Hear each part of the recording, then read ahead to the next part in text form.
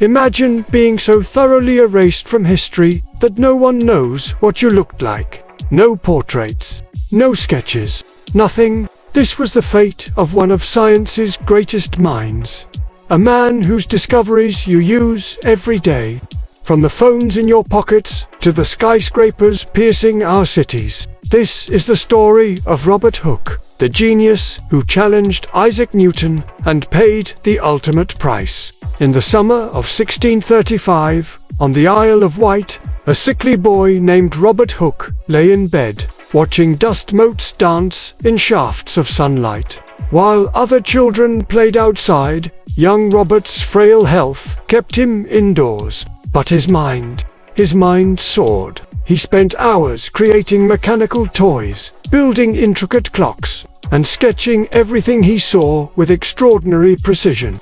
This boy would grow up to become the Leonardo da Vinci of his age. Born to a humble church curator, Hooke's genius emerged early. By age 12, he had constructed a working wooden clock. When his father died, leaving the family in financial straits, teenage Robert walked to London with nothing but his mechanical skills and determination. This journey would change the course of scientific history. In London, Hooke's brilliant mind caught the attention of the leading scientists of his day. He earned a place at Westminster School and later Oxford University, where he became the assistant to the legendary Robert Boyle. His steady hands and ingenious mind made him invaluable in designing and building precise scientific instruments. This was the dawn of the scientific revolution, and Hooke was about to become one of its brightest stars. The year was 1662. The Royal Society of London, the world's first scientific institution, had just been founded. At just 27 years old, Hooke was appointed their curator of experiments. Think of him as the world's first professional scientist. Every week, he was required to demonstrate new experiments to the Society's members. The pressure was immense, but Hooke thrived. Hooke's position at the Royal Society demanded constant innovation. Week after week, he had to produce new experiments, new insights, new discoveries. This relentless pace would have broken lesser minds, but Hooke's creativity seemed boundless. Yet the toll on his health was severe. He suffered from constant headaches, insomnia, and stomach problems. Still, he worked obsessively, often forgetting to eat or sleep. But physical challenges were just the beginning. In 1666, the Great Fire of London devastated the city. As one of the few men with both scientific knowledge and practical engineering skills, Hooke was appointed surveyor to the City of London. Alongside Christopher Wren, he had to rebuild London from ashes. The pressure was immense. Thousands of buildings needed to be designed and approved, all while continuing his scientific work. Then there was the constant struggle for recognition. In an age before proper scientific journals, priority disputes were common and bitter. Scientists guarded their discoveries jealously, often publishing in anagrams to stake their claims while preventing others from stealing their work. Hooke found himself embroiled in numerous disputes, but none would prove as costly as his clash with Isaac Newton. Perhaps Hooke's greatest challenge was his own personality. Brilliant but prickly, he was quick to claim credit and slow to give it. He was perpetually suspicious that others would steal his ideas, a fear that wasn't entirely unfounded. His meticulous nature made him demand perfection, both from himself and others, creating tensions with fellow scientists. Hooke's greatest moment came in 1665, with the publication of Micrographia, a masterpiece that would change how we see the world. Literally, using a microscope he designed himself, Hooke examined everything from the point of a needle to insects, plants, and minerals. His detailed illustrations, particularly of a flea magnified to the size of a house, captivated London society. But it wasn't just about pretty pictures. In Micrographia, Hooke coined the term cell. after observing the microscopic structure of cork, which reminded him of monk cells in a monastery. This single observation laid the foundation for all of cell biology. Let that sink in. Every medical advance based on our understanding of cells traces back to Hooke's cork observation. But Hooke wasn't content with just one field.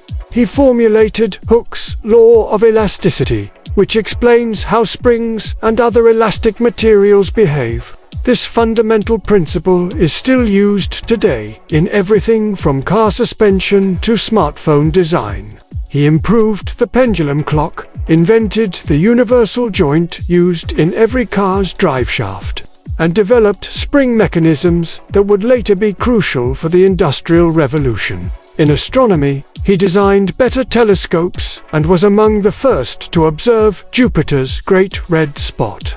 He theorized about gravity before Newton, suggesting that planets moved in ellipses due to a gravitational force that weakened with distance. He even proposed the inverse square law that Newton would later use in his famous theory of gravity.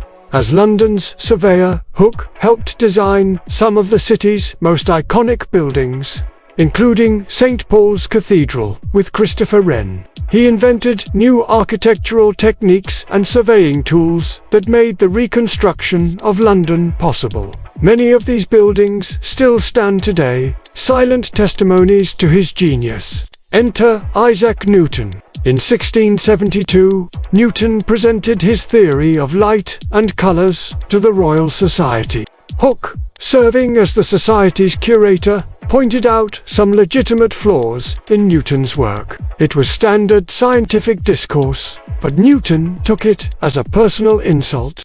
Thus began one of history's most consequential scientific feuds. When Hooke suggested that he had priority in developing the inverse square law of gravity, Newton was furious. Although Hooke had indeed proposed the basic idea, Newton had done the mathematical heavy lifting to prove it. Newton's response was to delay publishing his masterwork, Principia Mathematica, and when he did, he deliberately omitted any mention of. As Newton's star rose, Hooke's began to fade. When Newton became president of the Royal Society in 1703, Hooke's isolation was complete.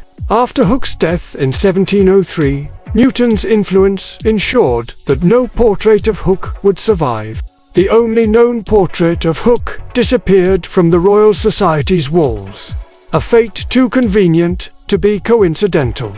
Hooke's later years were marked by increasing illness and isolation. His diary entries reveal a man frustrated by lack of recognition and plagued by physical ailments. He watched as others took credit for ideas he had pioneered, powerless to prevent his gradual erasure from scientific history. When he died, his remarkable collection of instruments and papers was scattered and largely lost. But history has a way of revealing the truth. Today, Robert Hooke is experiencing a renaissance. Scientists and historians are rediscovering his contributions and marveling at the breadth of his genius.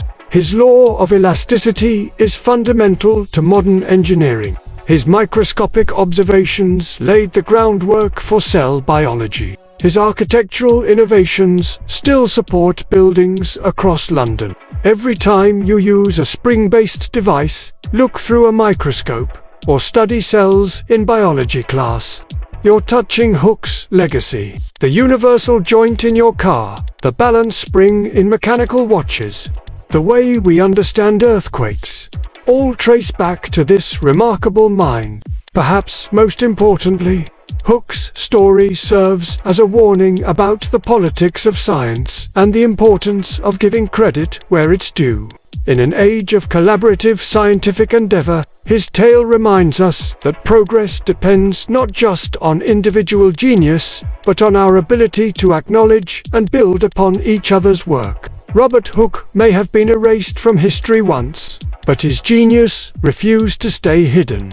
His story teaches us that true innovation can't be suppressed forever, and that sometimes history's forgotten figures deserve to be remembered as its greatest heroes. If you've been fascinated by Hooke's story of genius and betrayal, make sure to follow our channel for more forgotten pioneers who shaped our world. And let us know in the comments what other overlooked inventors deserve their moment in the spotlight. Remember, every like and share helps us bring these hidden histories to light.